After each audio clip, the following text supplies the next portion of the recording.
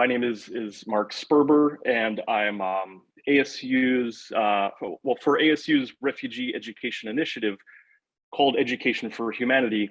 I lead the design and development of our new educational offerings, and I'm also in charge of our technology systems. I thought it'd be nice for me to briefly start talking about ASU's SunSpot, powered by BeeKee.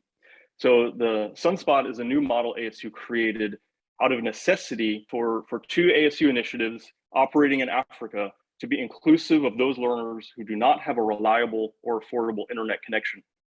And I'll briefly describe the context of these two different initiatives that I'll focus on today, the relevant challenges we faced, and how by partnering with BeeKee, we're able to address each of the challenges and complement online learning programs with offline capabilities. So let's just start with the Education for Humanity initiative. It's a very quick look at who we work with around the world. We won't have time to look at all of this now, but just a really quick glance at the fact that we work with many partners around the world. And here's a very quick look at where we work. You'll see we do quite a bit of work in Africa and elsewhere around the world. So today, first case study, I'll specifically talk about a program we are trying to scale in Uganda. Yes, we work in many rural contexts, including remote refugee camps, but we also work in large cities like Kampala, where compared to a lot of the African continent, there's relatively reliable electricity and internet. Unfortunately, in these Kampala-based pilots, the completion rates were very low, especially for young women. There was a 0%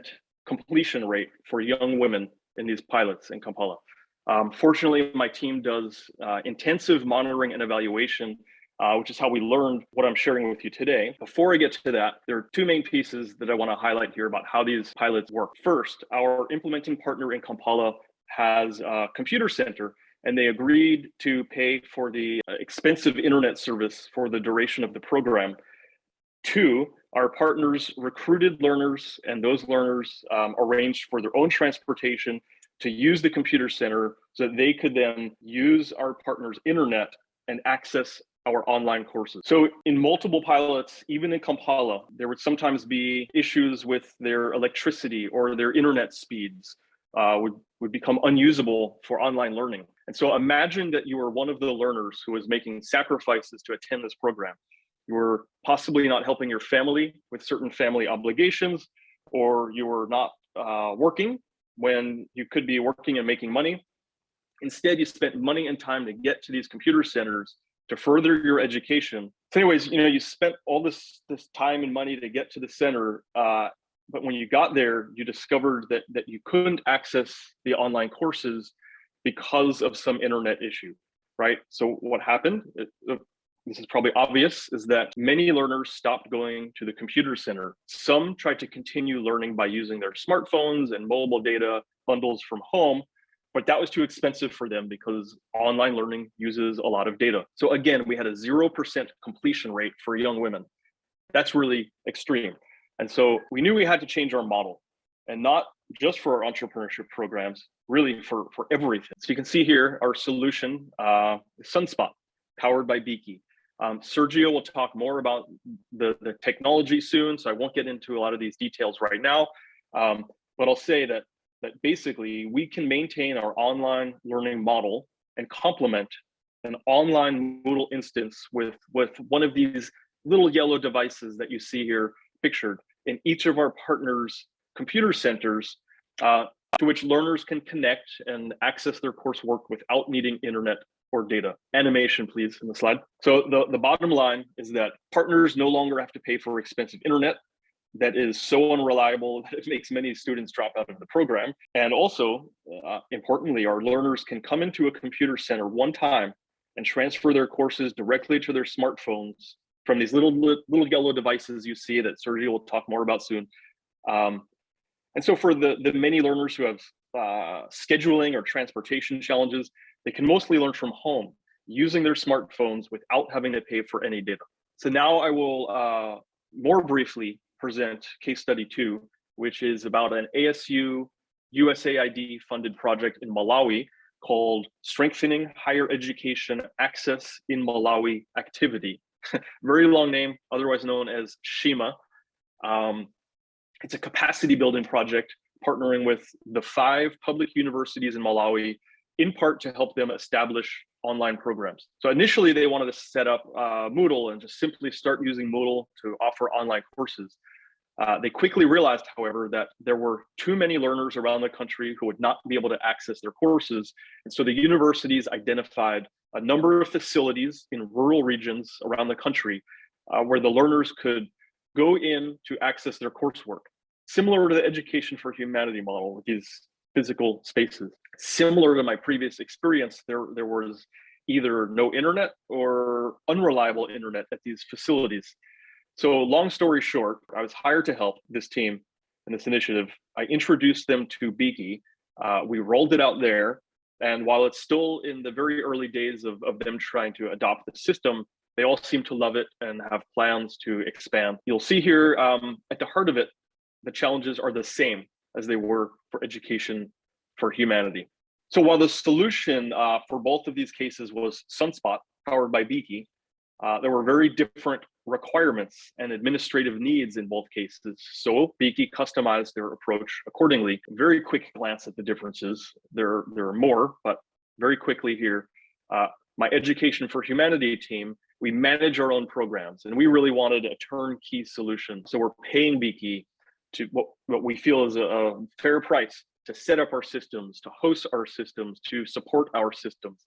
They're even providing us with some instructional design support as we build our own capacity to create courses that can work well in offline environments, because that's now a piece of it. Shima, on the other hand, those universities are taking advantage of the open source nature of BeeKee's hardware and the open source nature of their software.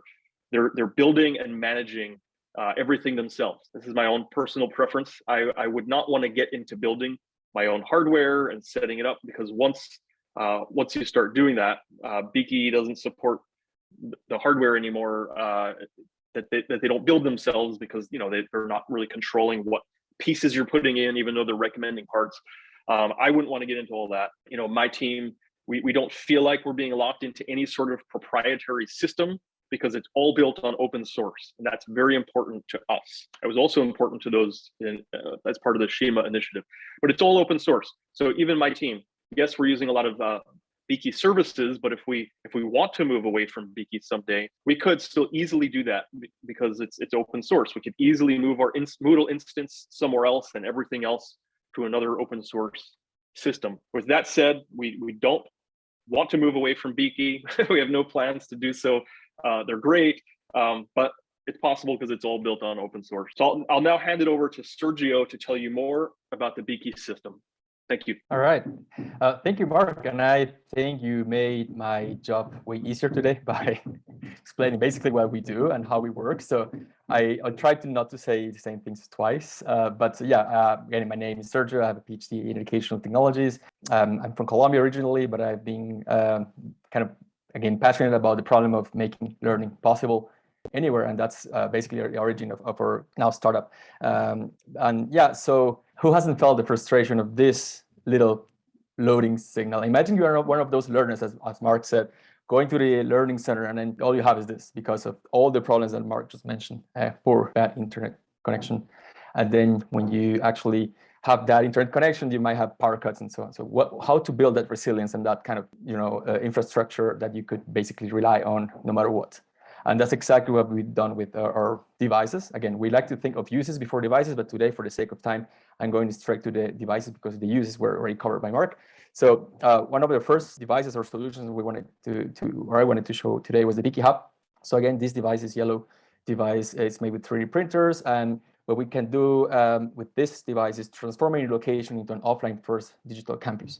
Offline first might be a new concept for some people. Basically, it means that it works without any sort of internet connection. But if there is internet connection, so offline first and then online second, you can use it for different other purposes, such as doing video calls or synchronization of contents or pushing new courses, all these kind of maintenance and administration tasks that you could do with these devices that go into the field. So basically how it works, before anything, you have one of these devices, you turn it on, you create a network that ranges up to 40 meters. And then from that, you can ask your learners that are around you in that range to connect to the device.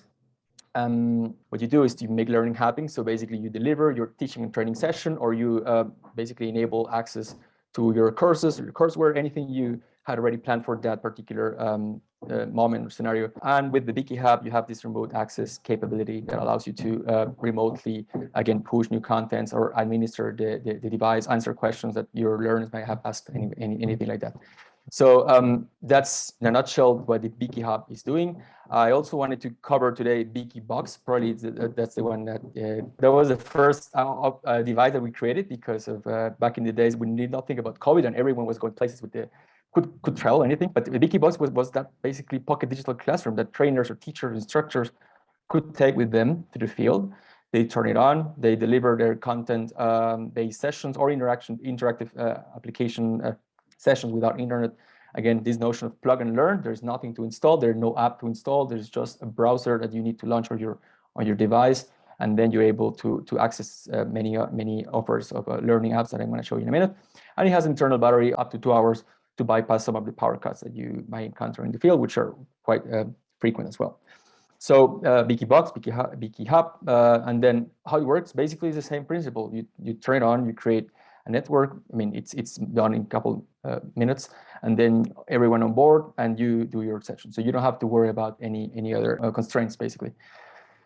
So what's inside these devices? So you have a series of apps and tools that will allow you to do your job as a trainer, as a teacher, or you can just enable, for instance, self-paced learning through different apps. I'm going to just walk you through two of the main, or just mention briefly two of the main apps that probably you know already. So one is Moodle, as Mark said, is one of the most popular learning management systems in the world. It's mature, robust, compatible with most industry standards, and it's open source software. So our choice of Moodle is not, again, it's because we trust and we share the philosophy of open source software. And then you have probably your own instance of Moodle. And what you would like to do here, probably with the BeeKee Hub, is to do something like this. So let's assume you have your university's installation of Moodle, and then you want to again reach those learners who are out there in kind of poor infrastructure settings. So you can deploy very rapidly these BeeKee Hubs in different locations. Let's say Node Alpha, Node Gamma, and Node Beta, just to put some names. While these devices are out there, they function again offline first, so they will be able to offer all the learners all the contents, all the applications that are installed on the device, but punctually, whenever you want, you can do these updates, and they can basically from the university's headquarters, you could push new contents, get this, fetch the scores, the badges, anything that the learners have done while the device was offline. So you have this possibility of turning internet on and off in case, and the learners, they don't have to use any data whatsoever. So you can imagine some scenarios that you will make use of data at certain points, and will be trying to be a data saver on certain aspects. So that's a use case that we like to kind of people or partners to think of. What I also wanted to mention is that we have tools to manage the fleet of devices. So once you have a series of hubs or boxes, you can remotely manage them with this cockpit interface.